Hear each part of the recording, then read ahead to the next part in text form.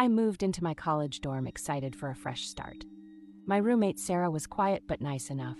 We didn't talk much, she was always out when I was in, and vice versa. I'd hear her come in late at night, her keys jingling, her footsteps soft but deliberate. Sometimes I'd find her side of the room tidied up in the morning, though I'd never actually seen her do it. One night, I stayed up late studying. I heard the door creak open and footsteps shuffle inside. I didn't look up, I assumed it was Sarah.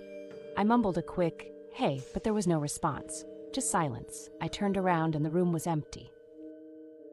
The next day, I asked my RA about Sarah, joking that she was like a ghost. The RA looked confused. "Sarah, you don't have a roommate," she said. I laughed, thinking it was some kind of joke, but the RA didn't laugh back. She pulled out her clipboard and showed me the housing assignments. My name was the only one listed for the room. Panic set in as I tried to explain. I told her about the late-night footsteps, the cleaned-up bed, and the occasional notes I'd find on the desk. Little things like, "Don't forget to lock the door." She stared at me, her face pale. "This dorm has been single occupancy for years," she whispered. My hands trembled as I walked back to my room. Sarah's bed was perfectly made, just like always. But this time something was different. On the pillow was a note that read, "Thank you for letting me stay." I packed my things that night and moved out immediately. But the story doesn't end there.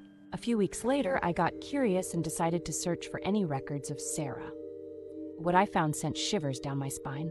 10 years ago, a girl named Sarah had lived in my dorm room. She was quiet, kept to herself, and was found dead in her bed after an apparent suicide. Her roommate at the time had left a chilling statement. I didn't even know she was gone. I thought I heard her moving around the night before. To this day, I don't know who or what was in that room with me, but I do know one thing. I'll never ignore late-night footsteps again.